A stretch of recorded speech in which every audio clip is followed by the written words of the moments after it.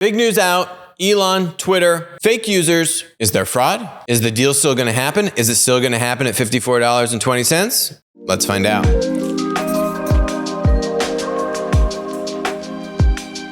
Markets freaking out, pre-trading. At one point, again, this is kind of while the markets are closed, you actually had, I think, Twitter stock go down to like $34 a share. Again, it was a blip. But why that happened? Because Elon put out a tweet, deal temporarily on hold pending details supporting calculation that spam/fake accounts do indeed represent less than 5% of users. Then he follows up and says, still committed to acquisition. So what does this mean? We've talked about it on the show many times, how we just don't buy Twitter's subscriber numbers, right? Their monthly active user numbers. They're fudging the numbers. Not only looks like undercounting spam bots and not actively representing how large of their subscriber base is just bots, but they're also using tactics to, send you a tweet, send you a push, send you a text, send you any kind of notification that kind of just forces you to open the app, right? And then you open the app and you log in, and now you count as a monthly active user, right? So they will use a bunch of kind of superfluous activity so that they can check the box and say, hey, look, yeah, Alex opened the app once for 1 second this month. Oh, I guess he counts as a monthly active user, right? No, it was maybe like you just accidentally clicked on the thing, or they're spamming you notifications or this or that, or in order to get into some other apps, you need to log in through your Twitter account. Like that still exists in some cases, right? So all these not legitimate means of actually saying, hey, are you actually a monthly active user? I guarantee you is also riddled in their numbers. That's not even what Elon's talking about, right? He's just talking about the tip of the iceberg here, frankly, in my opinion, which is that they have underreported the number of bot accounts and fake accounts and spam accounts that contribute to their monthly active user numbers. So historically, Twitter has said they have basically in the low 30s of millions of US monthly active users, which is really the most highly coveted users, right? Because they have an advertising business model, which means those US users are way more valuable than the tens of millions of users they have in Southeast Asia or India, for example. Yes, Twitter overall has hundreds of millions of users, but which ones are actually very valuable to advertisers? Oh, the US ones.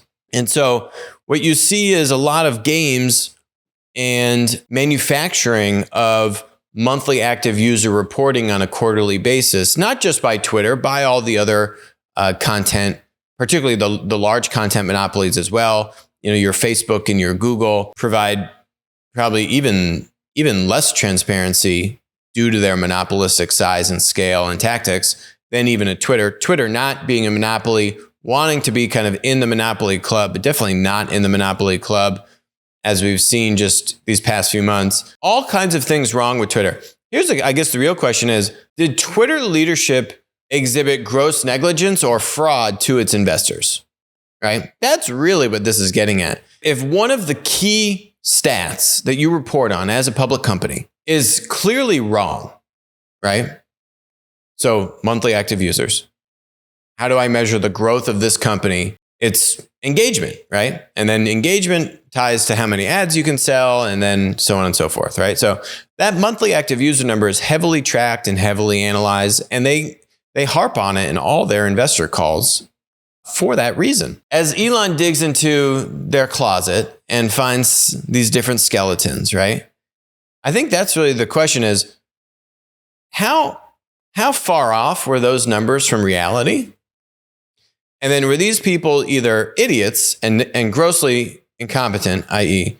what you would call from a legal term, gross negligence, which means they should be fired from their job? Or did they know and they were covering it up, right? They knew, we really need this MAU number to be like 33, 34 million. Otherwise, we're going to get hammered this quarter. Yeah, maybe we have 6% bots, but hey, bot cleansing team, let's go a little light on the, killing off all these accounts this month or two. Otherwise, we're not gonna get anywhere near 33 or 34 million MAUs. We know that kind of stuff was happening for what I was initially talking about, right? Hey, marketing team, send out all these notifications. Be super annoying. We got to get Alex to accidentally click on our stupid little notification so he opens his app and counts as a monthly active user, right? Those kinds of things are absolutely going on. But to what degree did management take things to essentially defraud their investors? That is essentially the question. If this number does come back at 5% or higher, comes back at 5% or higher, management's in deep water. It's a question of which one of those options is it? Gross negligence or defrauding your public shareholders? It's either or. It's really nothing else. You're in really deep. You're in a really bad situation as management with a fiduciary duty to your public shareholders. You can't do these kind of shenanigans when you're a publicly traded company. And that's exactly what it is. It's shenanigans. And it's actually illegal. And so what is Elon getting at here? He knows that. He probably already has an idea that this is probably at 5% or possibly greater if he's messaging about this. So what's he going to do with this? He's going to go retrade on the agreement. What does that mean? Retrade is usually a big no-no. You go into a deal, you say, hey, I'm going to buy your company, $54.20 a share. Okay. Let's shake on it.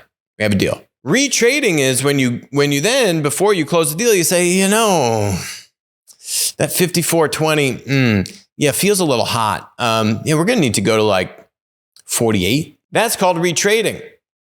Big no-no. Not supposed to do that. Very kind of just poor form.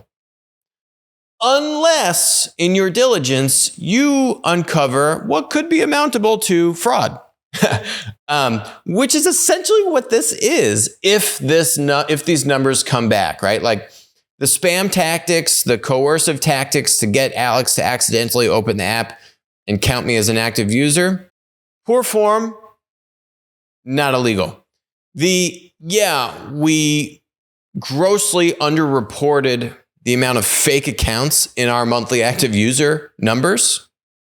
And there's a bunch of data showing, right, how you could easily have known that this was actually much higher than what you thought it was and, right, should have taken action, should have disclosed this, right? Because if they had disclosed this information to the public markets prior to Elon's offer, the company would have been valued way less, right? What are these tech companies valued on? Growth.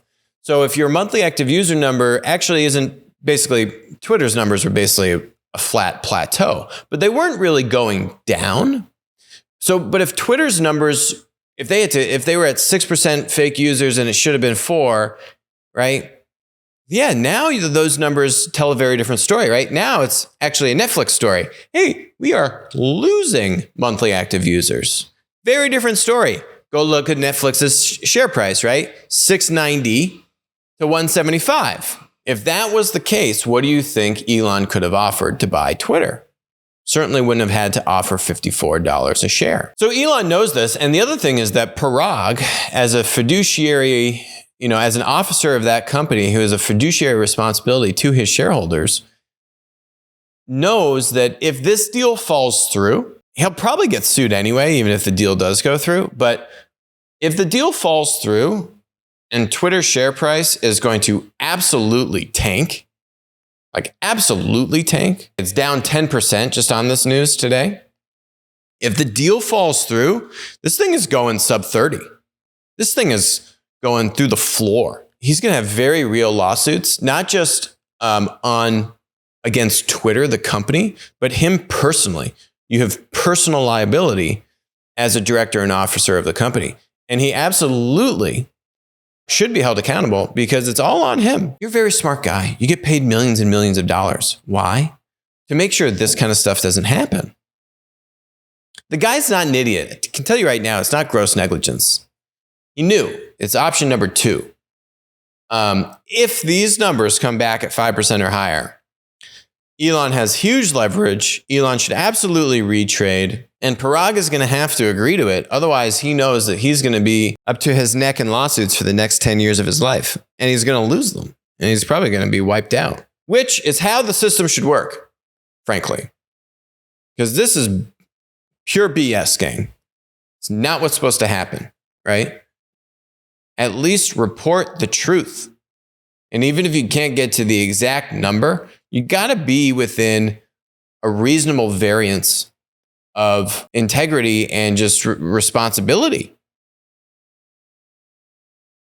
Unfortunately, I don't think Elon would be talking about this if he knew that they were sub 5%. I think what he's getting in there and seeing is, these guys are a bunch of shysters. If you're interested in these videos on Twitter, go back a few weeks ago when everyone said, oh, Elon's never going to buy Twitter. He's not serious. Guess who said he was serious? We did. Go check out those videos when everyone said this wasn't going to happen and we called it correctly. This deal is still going to happen, by the way. But go check out those videos from a few weeks ago. I think you'll get a kick out of them.